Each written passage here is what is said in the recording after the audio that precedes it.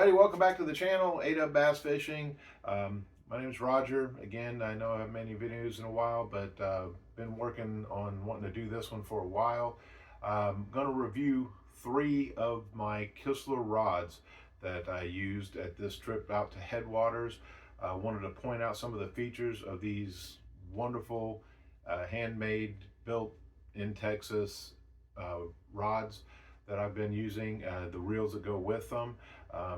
Give you some highlights of what I really love about these rods, the sensitivity, the feel, the overall weight of the rod, everything on it.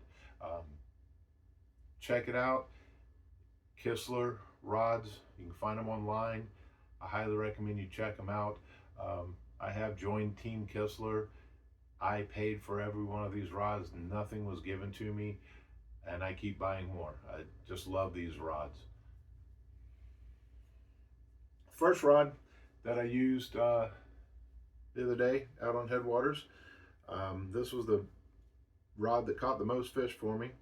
This is their Chromium Series rod.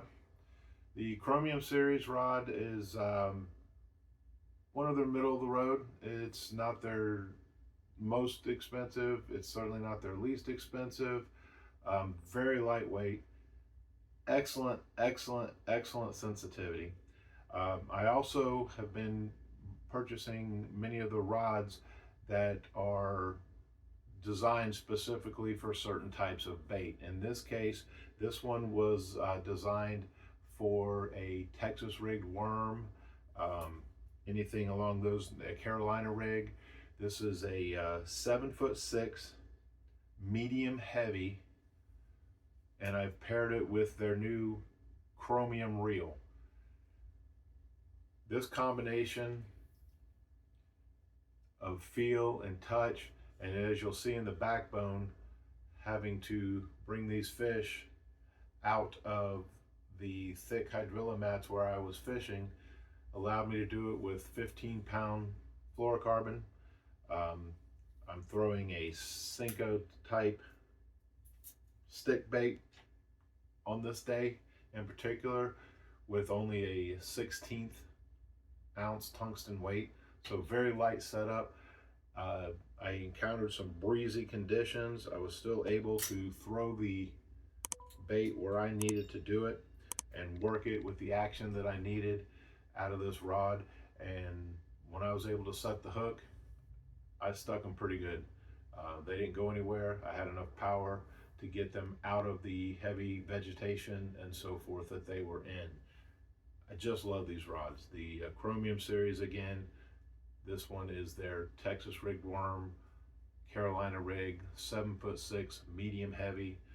The cork handle, full length handle on it. The chromium reel, very smooth. I've found it to be just a great reel. This one is in a, I think it was the 7:3 gear ratio, or 7.3. So it's a kind of a middle of the road speed, nothing too fast. Again, I've spooled it up with 15-pound fluorocarbon. The whole combination itself weighs very little for sitting there fishing a tournament all day and throwing cast after cast after cast. Very user friendly, great sensitivity, great power. Really love it.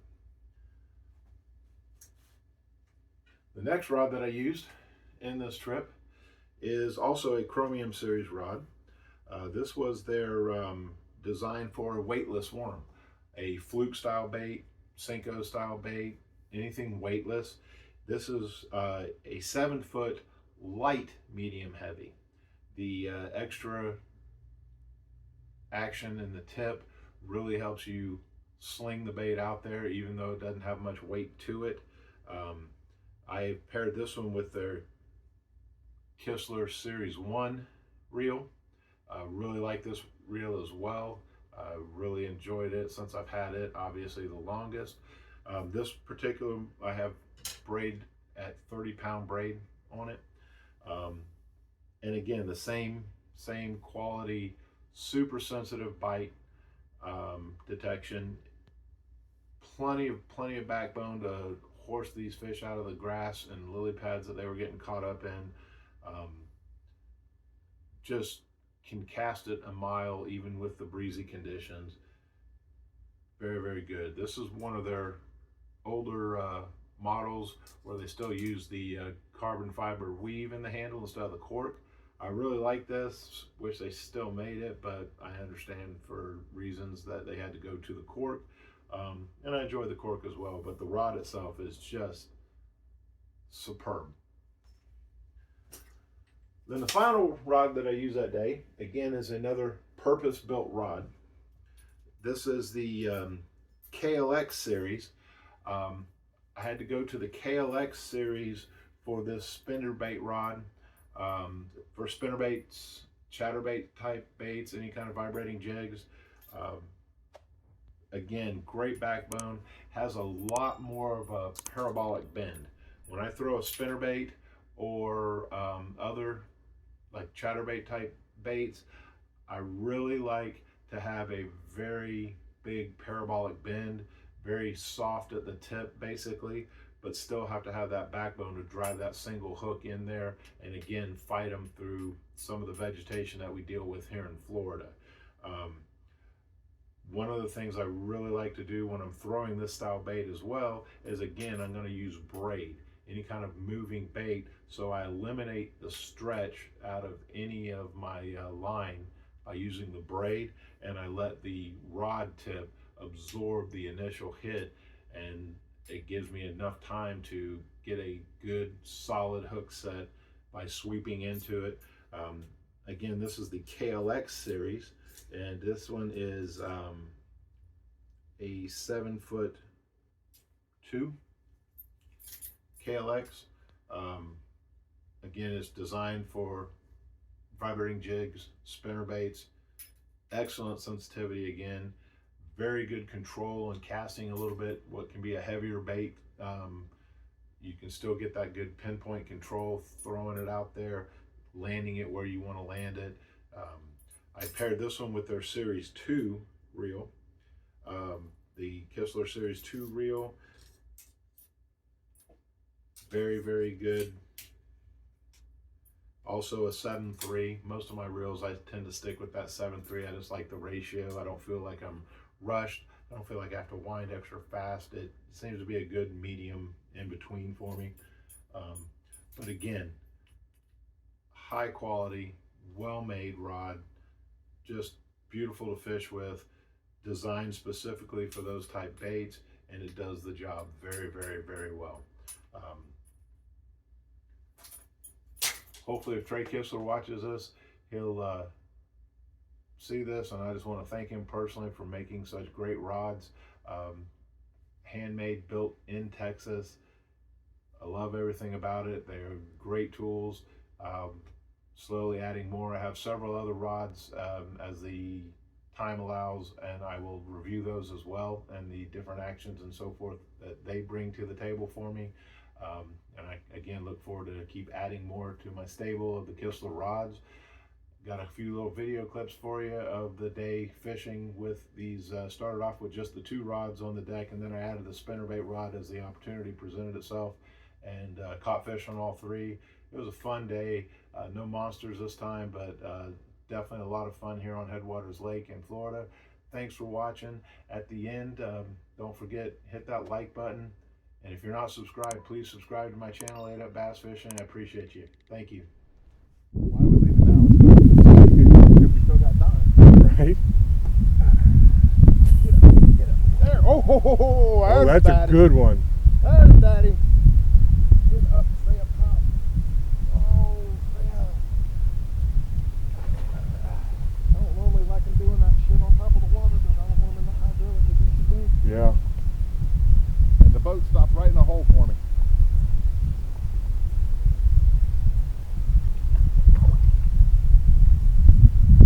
Oh, It's gonna be close, Jim. I Yeah. might have you. that's a big girl there.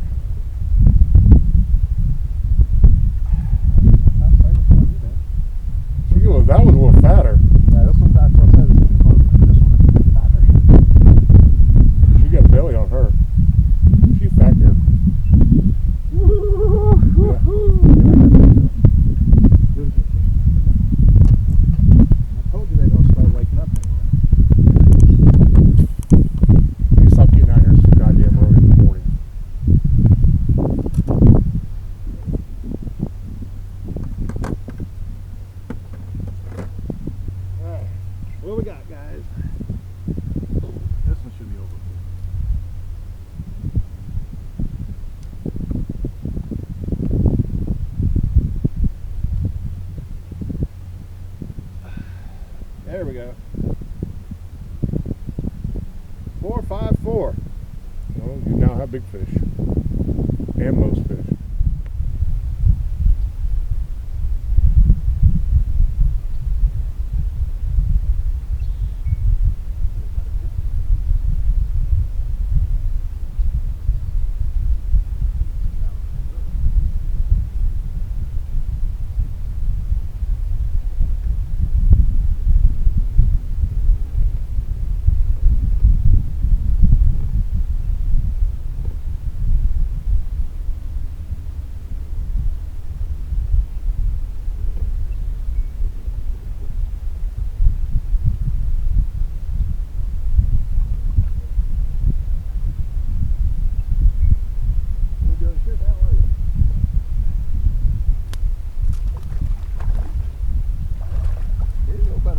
Yeah.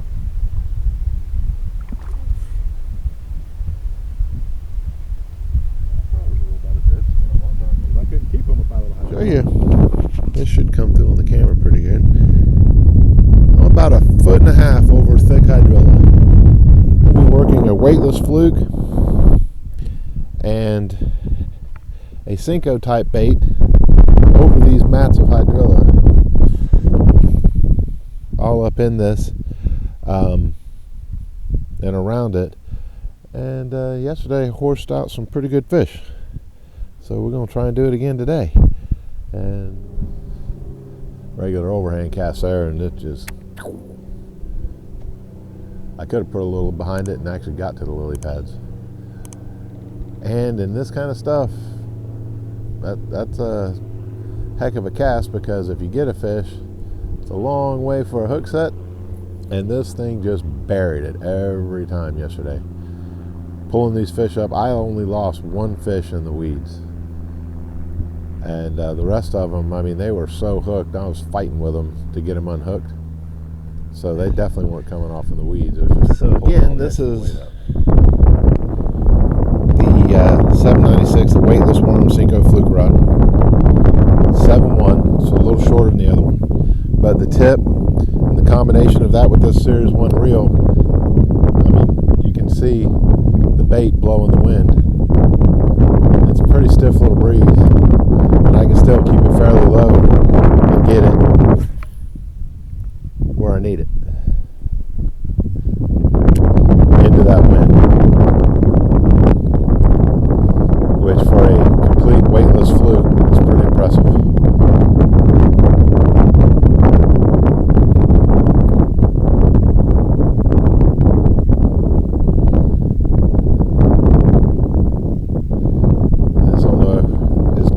Clear as this water is and bright as the sun is, they don't seem to be wanting to react to the surface very much.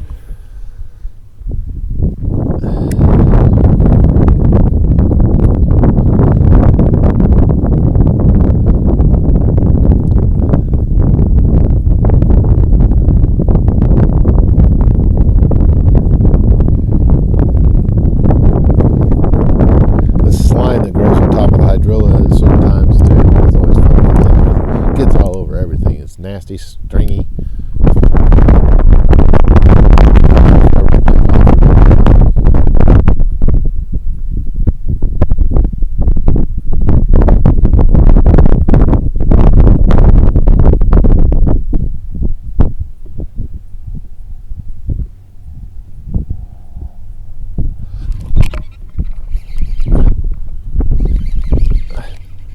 Again, this is not a big fish.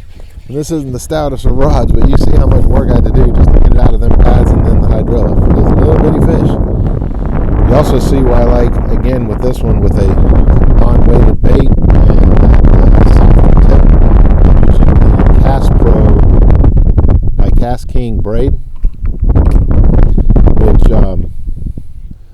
I'm sure the video showed it pretty good. That thing just took off with that fluke. Didn't ever really feel the bite, just felt it pull tight and start pulling me through. But still enough power to horse it through, cut off a couple lily pads with the braid. Seem to get a lot better hookups on it that way. I know a lot of people like to throw a chatterbait on a good stiff medium heavy rod, much like this one. But I've found, especially down here, it just it works better for me because you are always working it around grass and obstacles.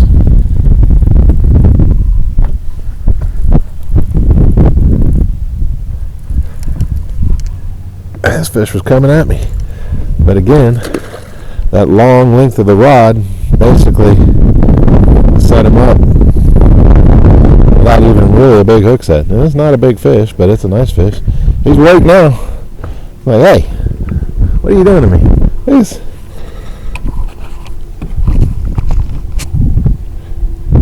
swimming around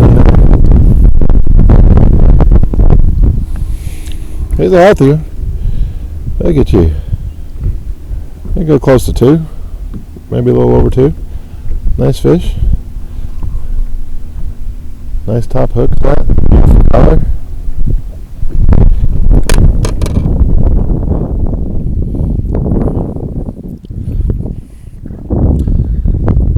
Love, love, love my Kistler rods. Oh, spooked something on the drop.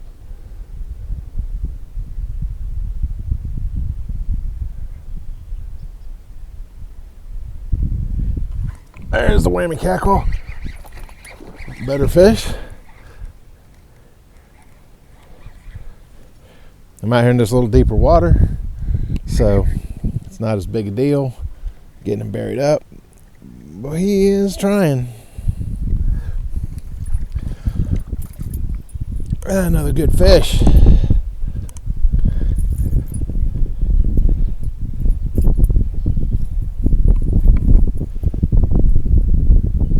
KLX spinnerbait rod. Series 2 reel. Headwaters Lake. On a spinnerbait.